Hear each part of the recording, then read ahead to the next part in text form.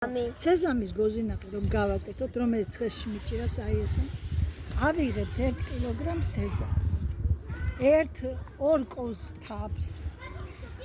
და კიდევ ავიღებთ ცოტა ოდენ შაქარს.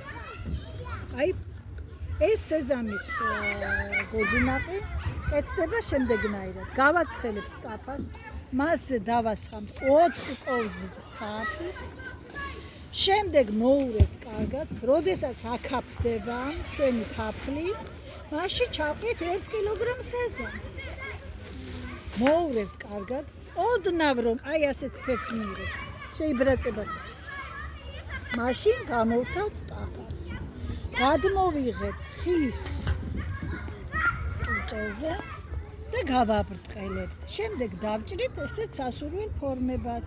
როდესაც მთლიანად გაცივდება ჩვენი სეზამის გოზინაყი, დავჭრით და მივირთმევთ გემრიელად. მადლობთ ყურადღებისთვის.